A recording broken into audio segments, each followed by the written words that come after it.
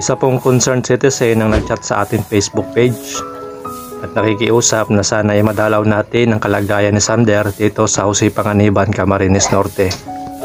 At inabutan nga po natin si Sander na abala sa paglilinis sa paligid ng kanyang gibagibang bahay.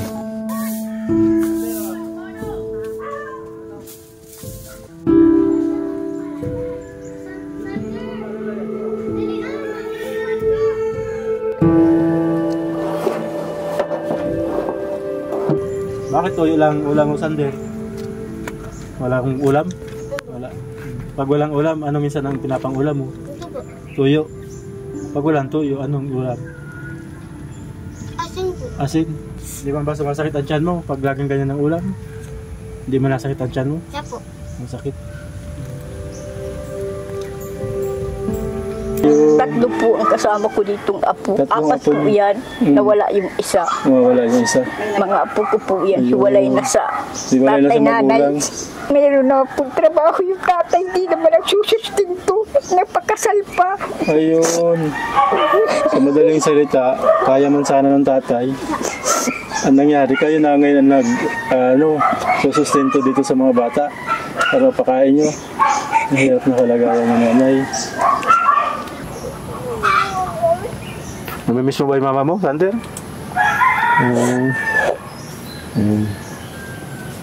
Bakit siya nalulungkot? Nagiba na yung bahay mo?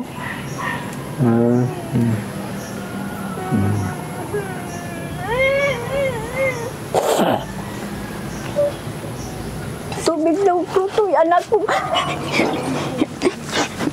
Tingnan mo naman bahay natin mga apo ko.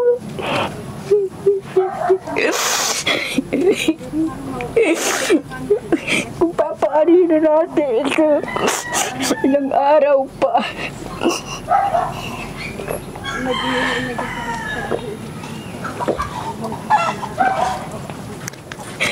Megit hindi ka nahulugan pagtakbo mo.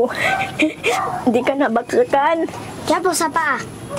Sa paa, tumawa ka naman. Itong laging naiiwan ko dito. Natutulog din po dito, kuya. Lahat po yung kuya. Yung hindi pa nabagsak po yung kuya, magandang tulugan namin pahaba. Pag nag-ulan, kuya, lagay lahat ang timba, langgana.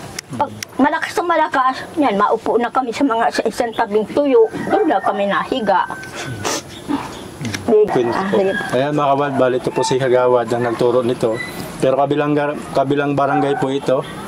Bali nakikita niya lang yung kalagayan nito maglula, kaya tinuro niya po sa amin.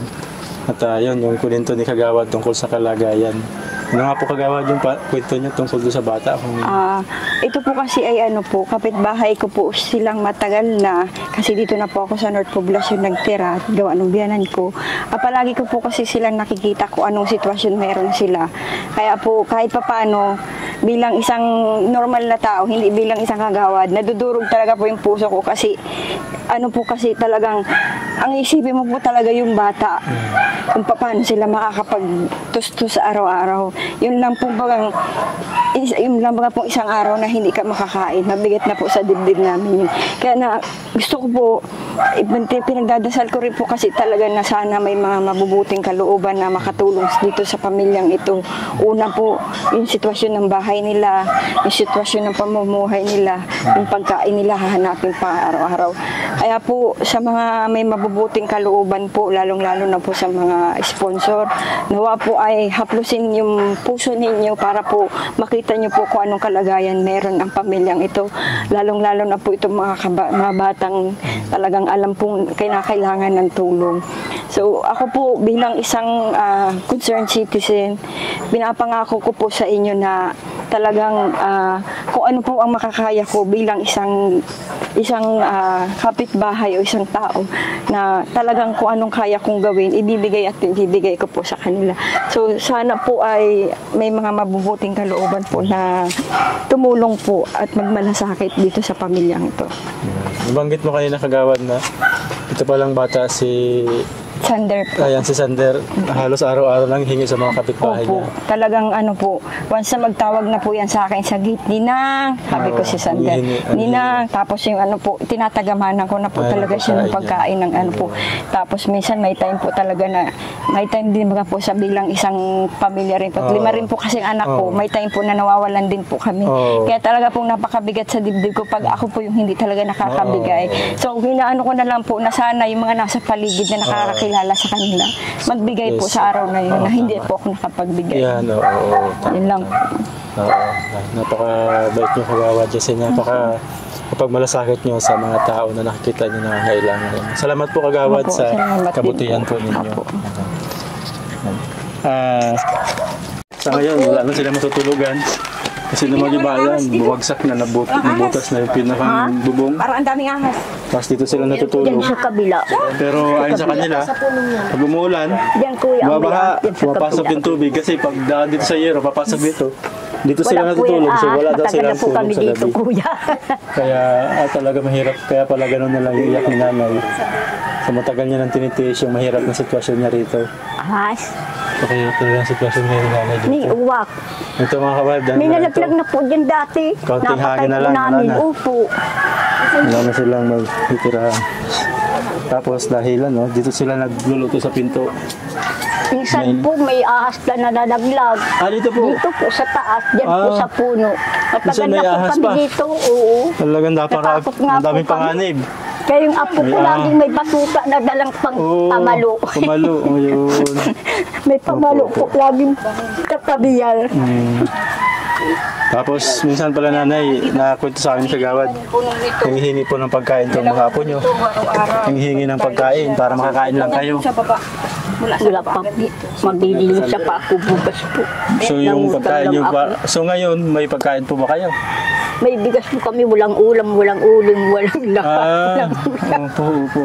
Yung galing po sa barangay pa lang daw na nauunti na lang nga po. Kaya maglalabada ako bukas. Maglalabada po kayo para lang magkaroon ulit kayo ng pagkain. Ito pala, gaano na po katagal yung inalagaan itong mga apo nyo? Ilang taon na po kayo nag-aalaga nito mga apo Ay, nyo, nanay? matagal na po. Matagal na. Maliliit pa ito. Sanggol pa lang po Pasanggol pa, kayo na nagpalaki. Buhay pa po si mister nyo nung First year na yung grade 2. Dalawang first year ko. 2 Ako pong nagpakain, nagpalahat. Ako po. ayun. Wala akong nasabi sa manugang ko. Ay, Hindi ako naghingi sa manugang ko. Ang gusto ko lang po, Ang anak kung niyo po gusto ba niya yung- magtulong, salamat. Kung ayaw, Ang duwa. anak nyo ba nanay ay yung lalaki o yung babae? Dalawang lalaki, isang babae po. So ang nanay nila, ang anak nyo? Babae po ang anak. Babae ang anak nyo, babae. Nag-iiyak nga po yung malaman dito. Umiyak yung Papaano nanay na nila. kami? Mapapaano na kami? So, naintindihan ko nanay yung pakiramdam na wala kang matitirahan po. Kasi yung bahay kasi yan, parang pinakang comfort zone natin yan.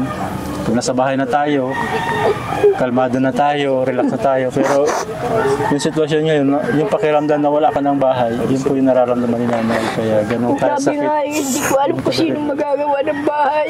Mm. Bahala ano yan, wala pa po kaming pira. Ayun. Ayun.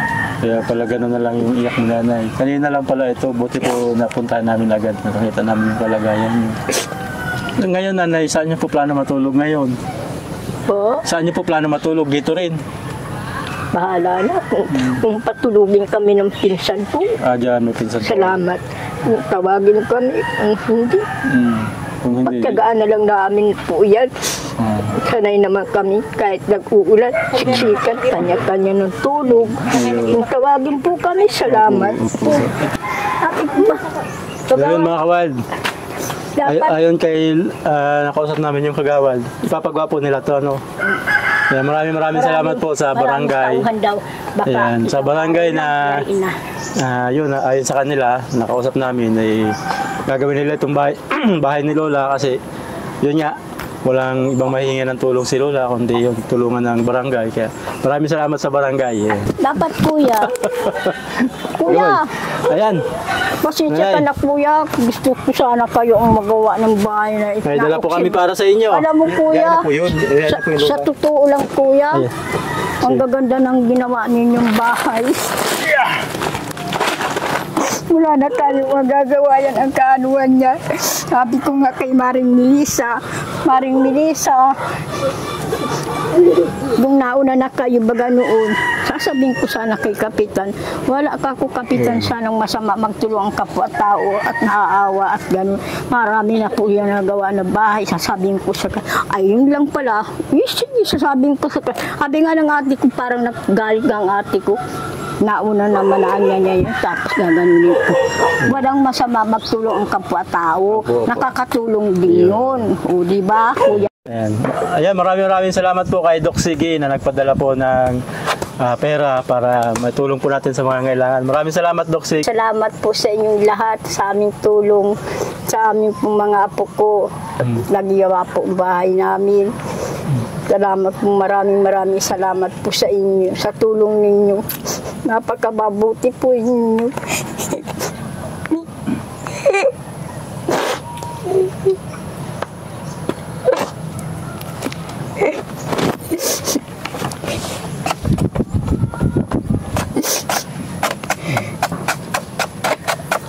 Siguro na parang masaya kayo pero naluluha kayo kasi yung nagibaan kayo ng bahay.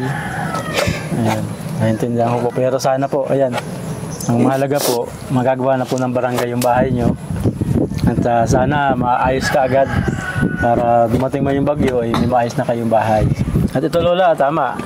Habang masama ang panahon, di kayo makapaglaba, may pagkain kayo, ano po. Sana lang hindi mabasa ngayong bagyo, ano po.